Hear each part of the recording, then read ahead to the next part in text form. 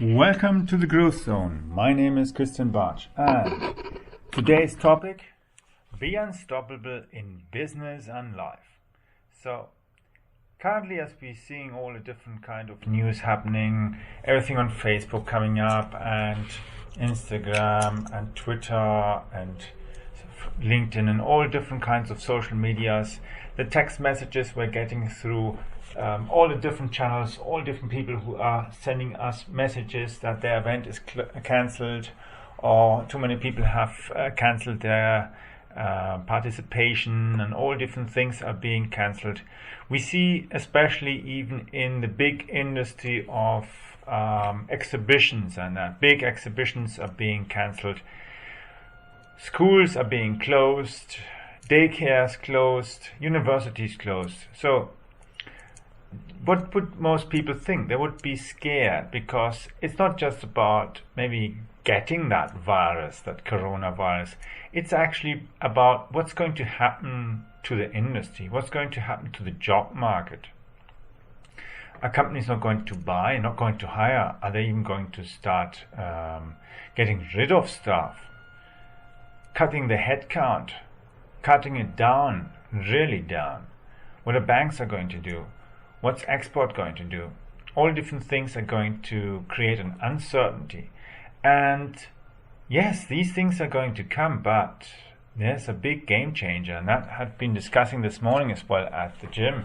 The key difference between businesses, entrepreneurs, and employees, there's a big difference. The thing is, unfortunately for the employee, if he's being laid off, his salary is being cut and everything, or even he's being sacked, he has a problem. He's absolutely dependent on one source of income. And if he has to start looking for a new job, it doesn't mean he necessarily is going to get money to survive. He'll have to eat up his reserves, might have to sell his house, might have to sell his car, and other kind of assets, like for instance his stamp collection, his favorite watches, and other stuff. And that creates, of course, uncertainty and stress as well in the individual and people surrounding him. For business, it's a little bit different, or an entrepreneur. If they lose clients, they'll have to find others. Often, and that should be the ideal case, they'll have several clients. So, okay, they'll be losing some. Even if they lose 60% of the client base, they'll still somehow be able to survive and continue and somehow generate revenue. But how do you actually generate revenue in these times of uncertainty? Everybody's saying, well, the companies are not going to buy products, they're not shipping, people are not booking planes, not booking flights, airlines are shutting down, they might even be giving back the airplanes to their leasing companies.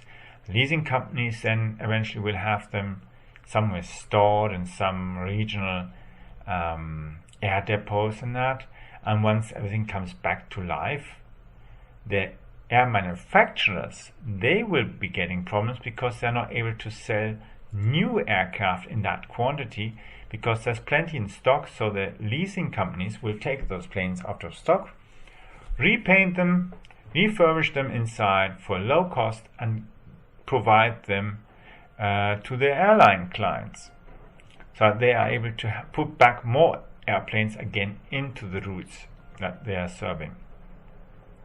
So there'll be a variety of winners and losers in this kind of economic contraction, because it's not just something that is going to stay for today, next week it's gone, and that's it, and we continue. The thing is, it's killing industries, killing companies around the world. It's putting fear and anxiety, doubt, uncertainty into the minds of people. So we have to turn these kind of tripping stones that are being laid in front of us and turn them into stepping stones. But how do you do that? You will have to focus on your core business, your core areas of business. Try to maximize the marketing in a way that it creates a massive visibility, but in the right way at the right places. And unfortunately, When I, for instance, nowadays go and surf whatever day, whatever time it is, even go through Facebook or other kind of places, I see so many ads that are promoting totally outdated strategies. People are not going to react on that. Yes, they might click on it, might watch it, but it's not going to generate you revenue. And that's the problem. You are going to burn a lot of your ads budget for nothing. And that's the real problem, because once you've burned that budget, you haven't generated sales and you have a big, big problem. And it doesn't matter whether you are a one-man show, you're 4 people, you're 10, 20, 50, 80, 2,000, it doesn't matter. Your ads revenue is going to go down the ceiling because you don't know how to use the right marketing and the right sales strategies. So, what can you do? You have to train your people. You have to make them fit for the future. And it's not that I'm talking about social selling. I'm talking about the next generation of selling. The generation of selling strategies that are capable to survive any kind of coronavirus, Ebola, other kind of stuff, economic contractions, bank implosions and other things. These things you can survive by using the right kind of strategies. So it's all about generating leads and generating sales. You can do them even without advertising in social media. And now that's the big shop for many of you. And you can do it as well without having to spam thousands of people in Facebook, in Xing, in LinkedIn, and so on. So many people are now using LinkedIn bots and chat bots and so on to try to go and spam people and use it as a filter method to actually find out who's interested and try to sell them something. The thing is, unfortunately, they don't take the time beforehand to actually recognize who is actually the right potential client for me. So the future will mean you have to be super targeted at who will be your future client and who is wasting your time, your money and energy, and who's not the right client for you. And that's the thing. It's a combination of sales, of marketing, positioning, sales strategy, the sales process, the process between marketing and the transfer over to the sales process. So, and that's not even enough, because what's the point if you go generate leads, you sell clients products and services, and then you are incapable to have them beyond 2 months, 10 months, 12 months, 18 months, or even 20 months. What's the point even getting those clients? They're obviously not sold on your product to that extent that they're willing to buy again. So take that in mind.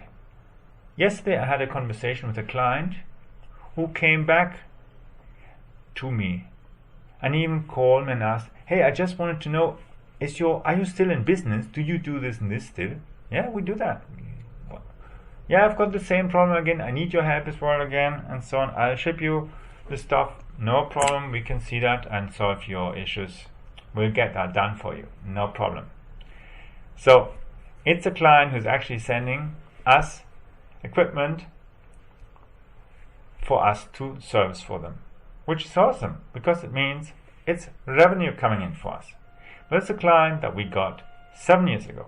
We've got big brands, we've got small brands, we've got small companies who nobody knows, we've got big companies who nobody knows. We've got all sorts of businesses and even consumers from all areas of society. And they come back again and again. I've got clients who've been with us over 20 years. So all the time where we had one business, transitioned to a different kind of business, modified our business model, adapted it to the times as the market changes, as technology changes and all these things. So take that into consideration. It means that it's the combination of having the right marketing to attract the right kind of leads, having the right sales strategies to get them to be convinced and to buy your products at the right price, so the whole thing can be profitable, and then having the ability to ensure that your customer service, your customer satisfaction is in a way that you will be able to ensure customer retention, so that eventually the customer buys again. And even if the customer doesn't need to buy from you the next 7 years, they'll come back again. But if you are not even able to get them to come back, then that's a problem.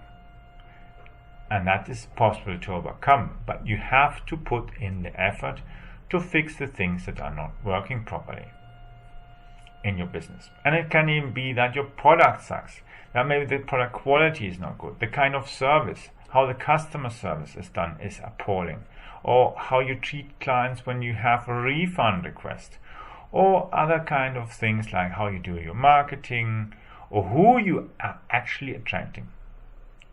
So in the next few podcasts, I will be looking deeper into all these topics as well, and especially as well how you can combine in today's economic problems technology with sales, marketing strategies, and even how to increase the efficiency and the happiness of your employees. Don't forget, your employees are your front towards your clients.